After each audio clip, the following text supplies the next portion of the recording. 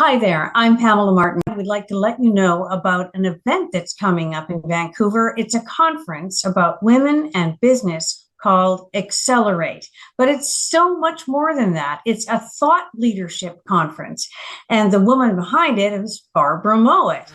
My whole philosophy for small businesses today and for any business is that we have to learn how to collaborate and we have to learn how to integrate. Connecting minds, exchanging ideas, because we cannot grow by ourselves. The caliber of people such as yourself that are going to be speaking at this conference is just blowing me away, and I'm in it. I'm even one of the speakers. How you as a leader and as a professional can be aligned with your values, with your passion, with your strength, and how you can position yourself as well in this fast evolving working environment. Who are you specifically thinking should be attending? It's definitely for women, but it's also for males, male business owners, female business owners, corporate representatives, government attendees, trade practitioners, right? From academia, from finance, from customer brokerage, and legal expertise. We need all of that. That's why I'm inviting students from the universities, right? International trade. And of course, I want the media to be there. I want them to hear what are the participants asking for and what knowledge can they gain from the speakers. And there is a reason behind, a purpose to come as well, something beautiful, networking firstly with all these powerful women like you, Charla. I can't wait to see you in person. Barbara, I know already from last year, but all the other speakers that I had the privilege of getting to connect over Zoom. I want to see them. I want to go to all the conferences, but moreover, to see the city, to see Vancouver and Canada. I was never there. That's for me very important, you see. So the fun is much more prevalent than the conference. Every speaker I have chosen really believes in women's empowerment and growth, using all the tools and new strategies that they can possibly learn. I want to leave this world for a better place for my children and my children's children. Yeah. And I mean, you can see a problem and then you can think somebody else will take care of it. But I'm thinking, well, if I can try, I can maybe help solve this problem. 20, 30 years ago in appliances, there was hardly use of any plastic. Like cars, there was no use of plastic there. But now more and more, there's use of plastics in appliances. But nobody thought about what to do with the plastic coming out of that. And it was just simply discarded into mountains of waste. So then I thought, we need to do something about this. So together with several universities and years of R&D, we did trial and error and found a kind of a recipe for what type of plastics out of the appliances we can use and how we can make that into something which solves another problem, single-use plastic bags, which is in itself a huge problem in the world.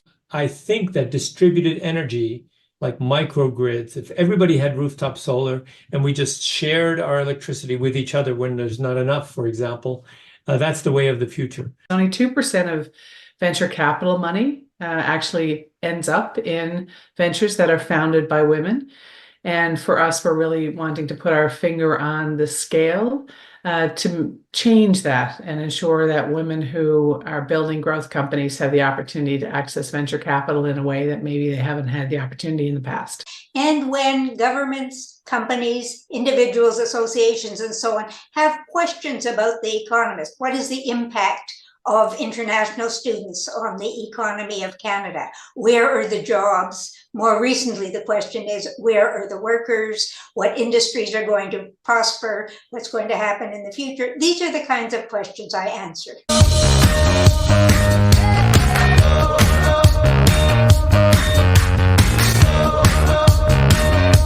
It's stories that guide our work. I'm sure you can attest to that as well. So when a patient shares their stories, and you can see the through line between so many of these stories.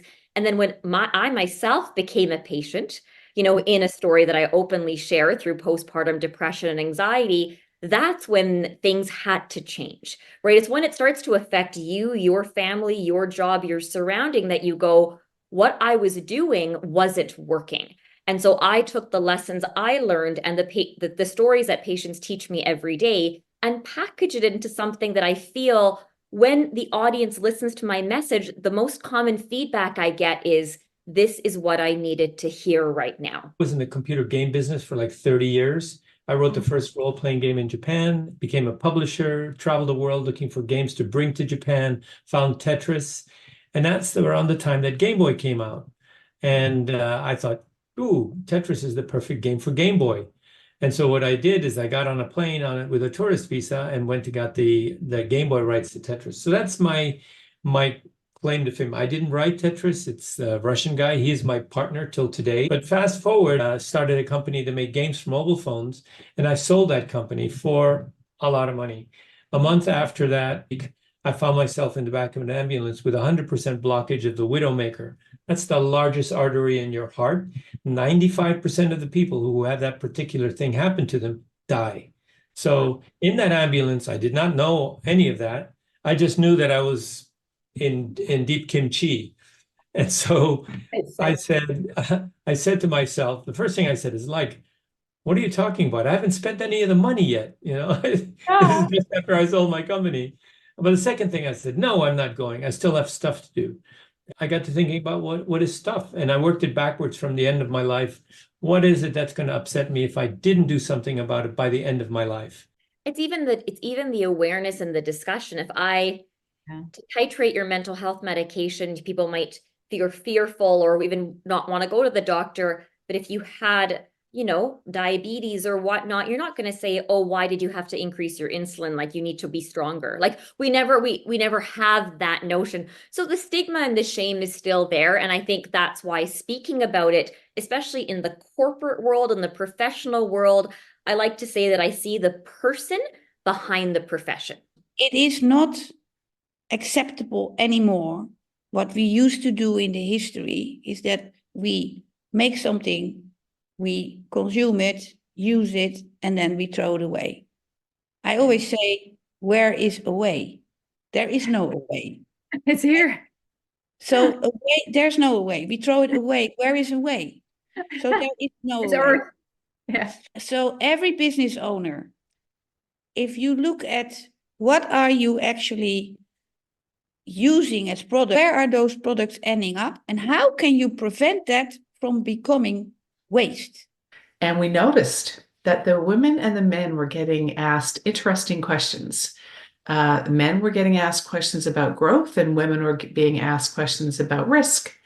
And when you're an investor and there's biases brought to the table by the investment decision makers, in addition to biases around founder impact, those answers are very different when you're asked growth questions and risk questions. So for us, we felt there was a big gap, and that we could put maybe our self-disclosed bias in the decision-making process to balance the scales for founders, so they'd have a chance to access capital that is very difficult for women to access. So be persistent. Don't be discouraged by the first one to give you up. Don't be afraid to rewrite your business plan and try again, and keep on pushing. And when you succeed, tell everybody so that you'll encourage the others. All of the lessons, like I always tell the audience members, you're never going to find this in any textbook.